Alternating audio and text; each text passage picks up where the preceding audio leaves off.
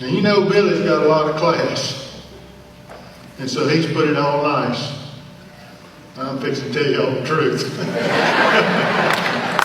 Because all of you know the record of how many football games he won and all that. I'm going to tell you the inside story that probably most of you don't know. 11 years ago when I retired for the second time, Bob and I were eating breakfast. He said, Stone, he said, let's write a book. I said, all right, we can do that.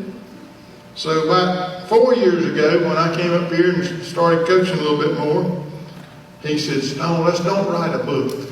I said, all right. He said, I'll make you a deal. If you die first, I'll speak at your funeral. And if I go first, you speak at mine. I said, all right. He said, but we only tell certain things. I said, okay, we got a deal, boss. I had the pleasure to coach for Bob from 76 to 81. And 81, I became the principal of Fred L. Wilson School.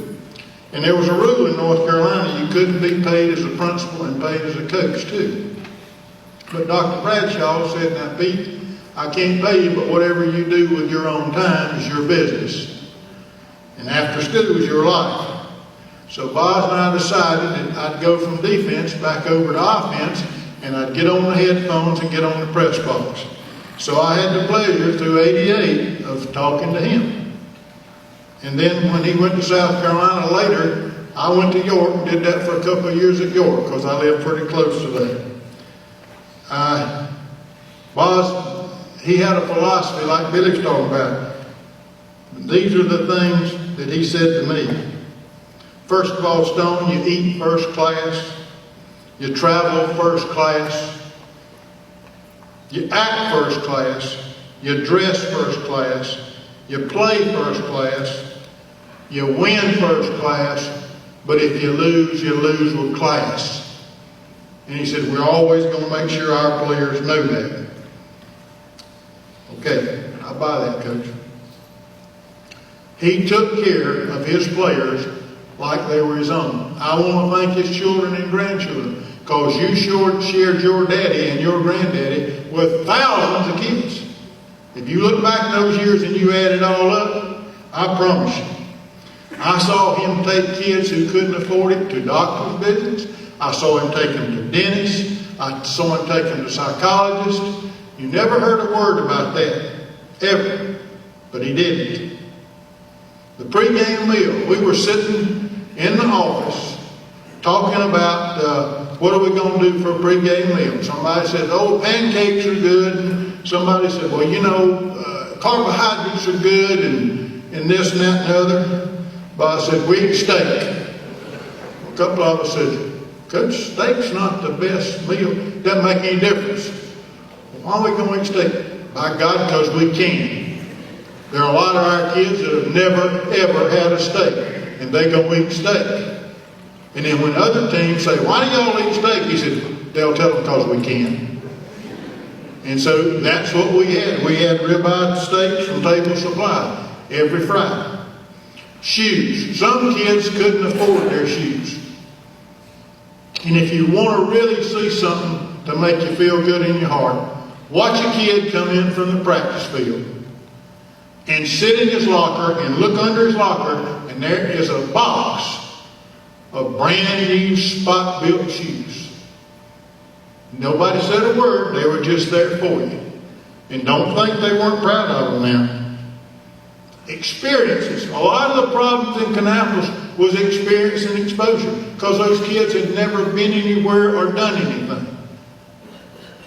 So what he decided to do was we're going to do some things. We're going to scrimmage camp. But Billy, wasn't Billy?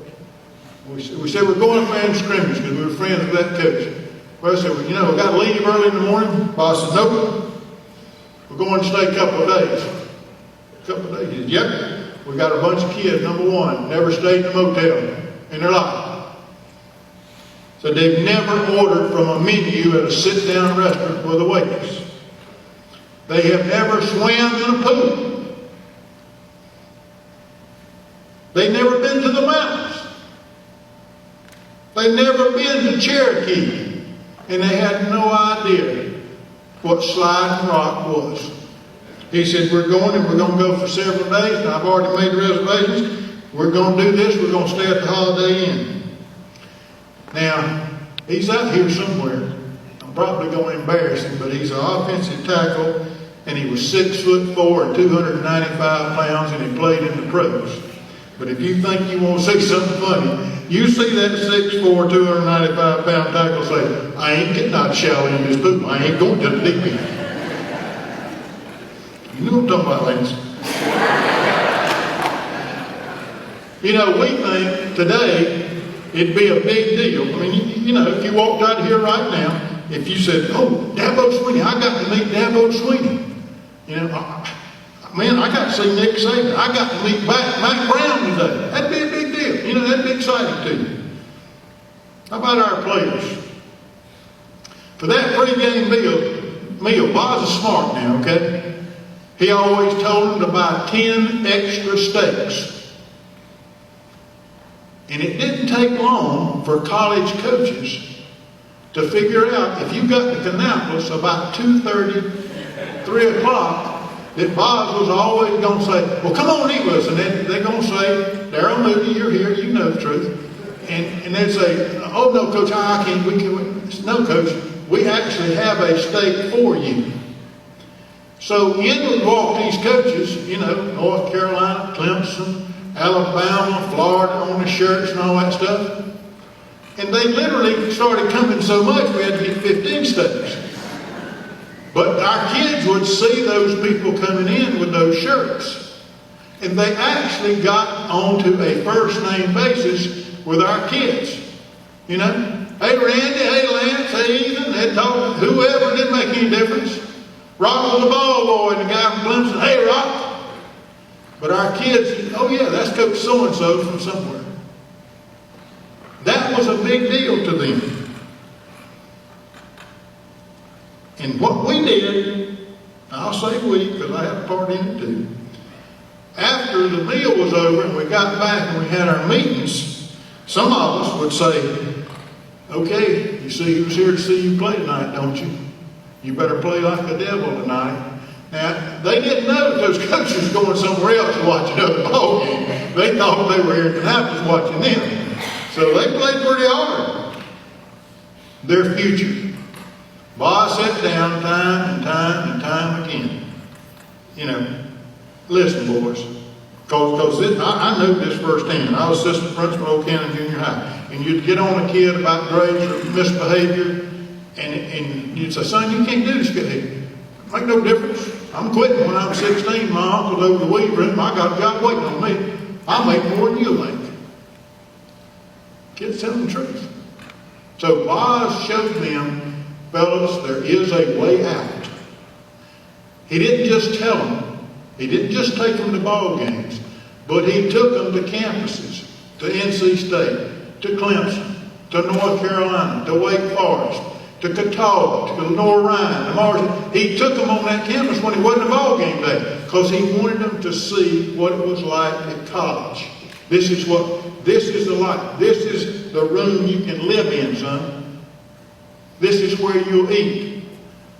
And the vehicle to get there is football. We'll get you there if you'll do what we say and if you'll work. And he got 70-something in a matter of years to do that. And a lot more played at other places. But it was a goal all of a sudden. We literally had Billy White. Billy White. He's the one, I did the weight program 2 years and I couldn't hold a candle to Billy. Billy's the one that started the weight program. Now, had you done a heck of a job, but you started. But Billy would have to lock the doors at 7 o'clock at night to get the kids out, would you not?